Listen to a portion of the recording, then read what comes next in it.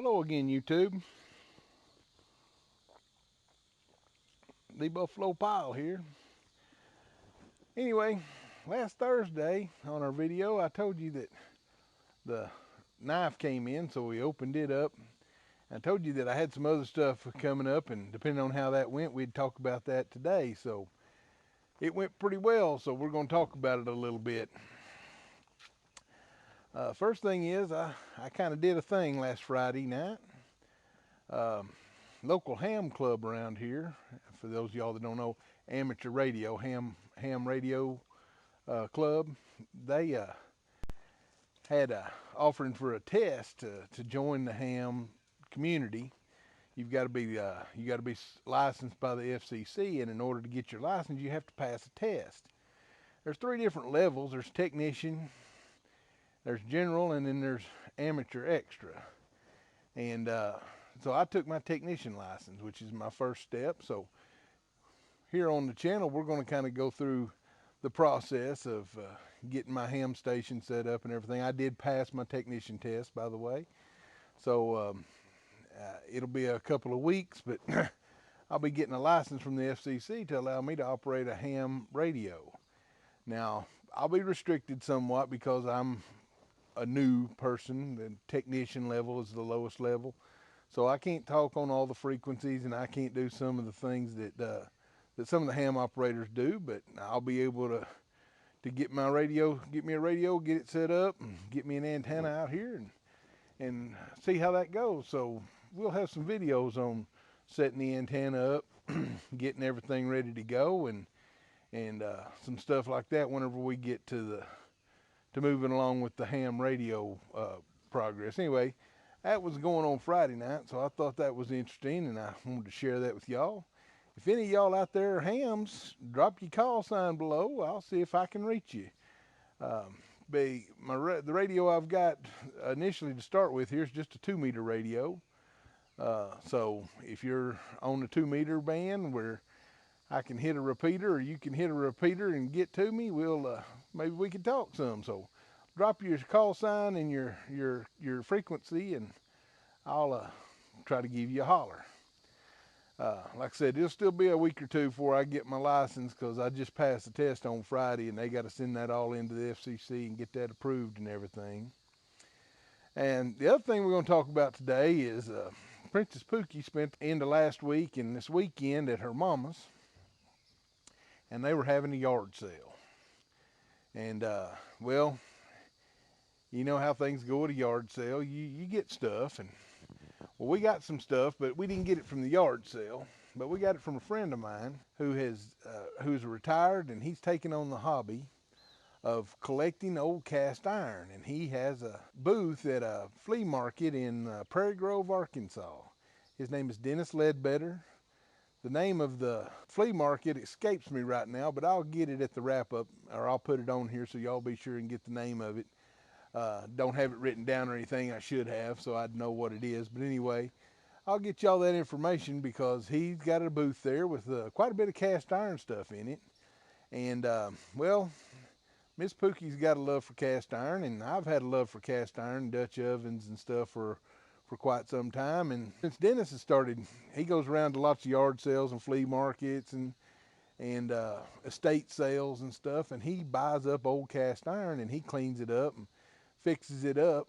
You know, cast iron's one of them things that never goes bad unless it breaks, and very seldom does it break. But anyway, he cleans it up and gets it all ready to go, and he puts it for sale in his flea market booth. And Pookie has kind of started referring to him as her dealer, her iron dealer. So she's got an iron dealer, and her iron dealer came by and visited her this weekend while she's up in Northwest Arkansas, and she got some new pieces of iron. So we're going to take a look at some of them, because a couple of them were for me, and I appreciate that. And so anyway, we're going to step away here, and then we're going to step over and take a look at this cast iron that she got this weekend, and we'll be sharing some more on cast iron. I've got a old cast iron pan she found that we're going to clean up. That's one of the projects I've been waiting to get to, and probably going to try to get that done and maybe share that with you on Thursday. We'll kind of have a cast iron week here. We'll call this You know, you got Shark Week, and so this will be Cast Iron Week on the Buffalo pile.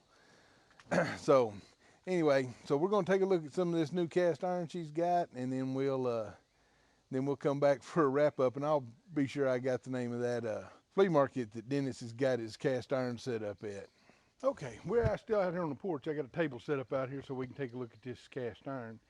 Anyway, Dennis is pretty good about getting some pretty good quality stuff. He kind of knows what he's looking for. He's done some studying on it and get some name brand stuff for some good quality stuff. And a couple of interesting pieces he got that Miss Pookie bought this weekend. First one is this deep skillet, 12-inch skillet with a heavy cast iron lid.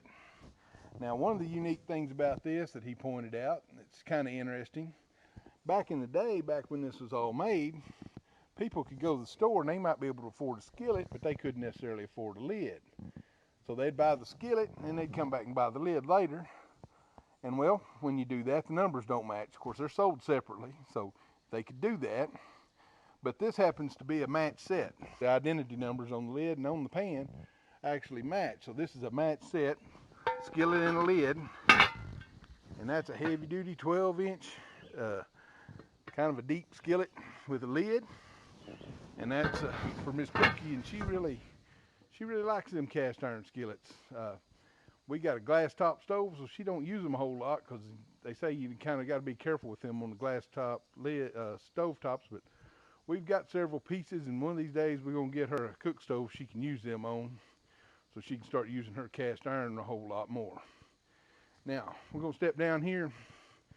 This next thing we're gonna look at. This is a Dutch oven that I've had for some time. It's a Lodge. It's a 12-inch standard Dutch oven, and I'm just showing it to you for kind of a reference, because what we got from Dennis this weekend was actually deep Dutch ovens.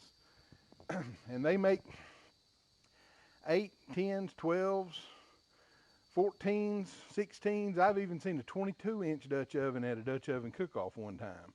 And now I'm going to tell you, a 22-inch Dutch oven is a big Dutch oven.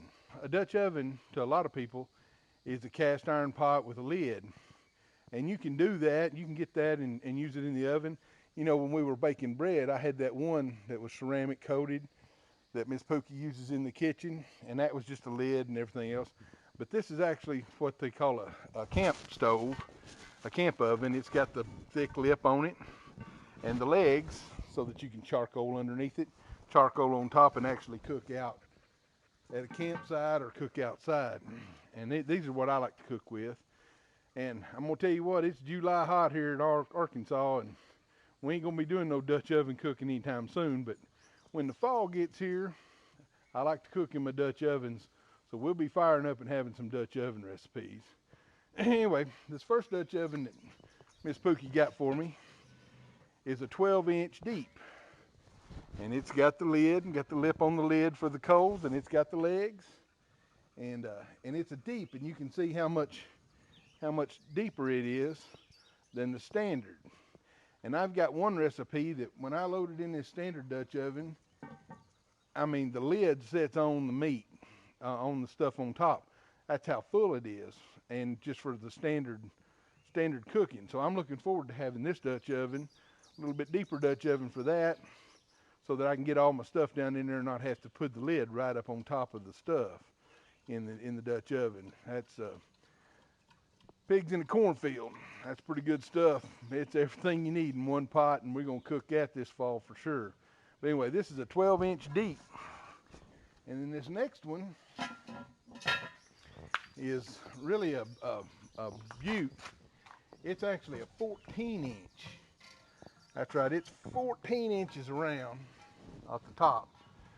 Give you a difference in size, the 12-inch and the 14-inch.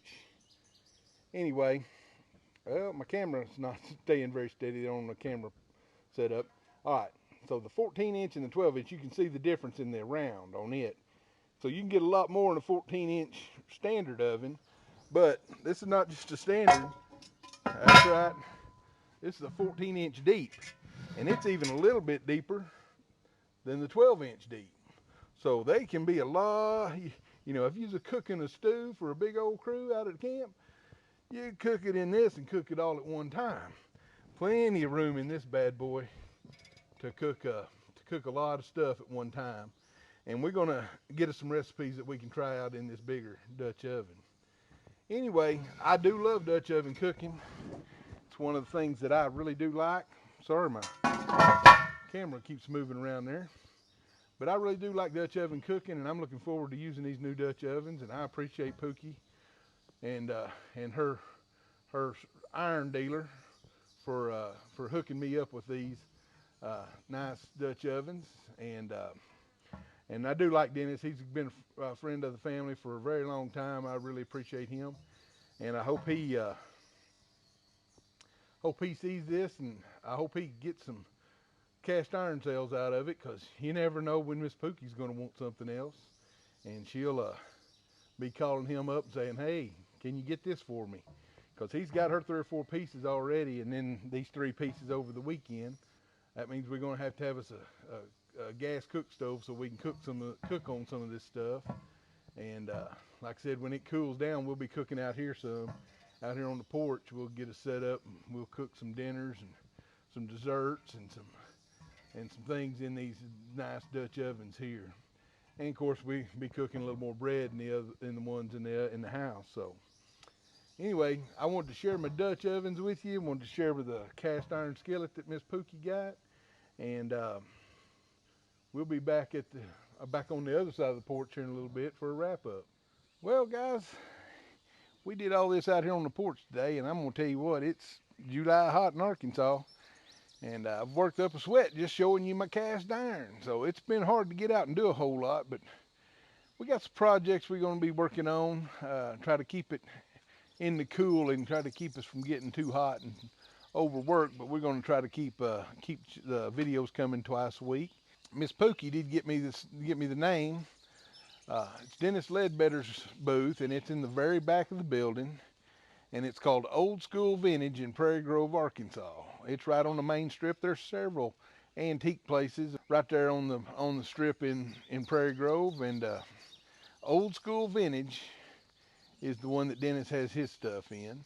So if you're up in the Prairie Grove area, or if you find yourself driving through there, or if you like to go to those kind of places and look for some of those things, try Old School Vintage out. They've got a lot of stuff in there besides just cast iron and Dutch ovens. We walked through and looked at quite a bit of stuff in there, just like any other flea market or antique store. They got a pretty good collection of stuff. So y'all go give them a try. If you like this video, give me a thumbs up.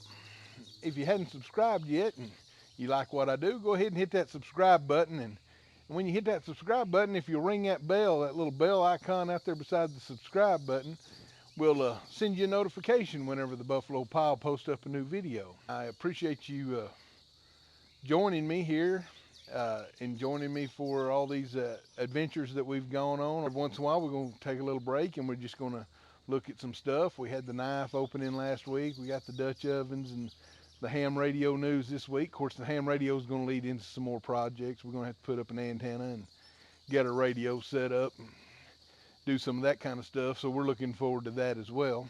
Anyway, I appreciate you joining me here on the porch.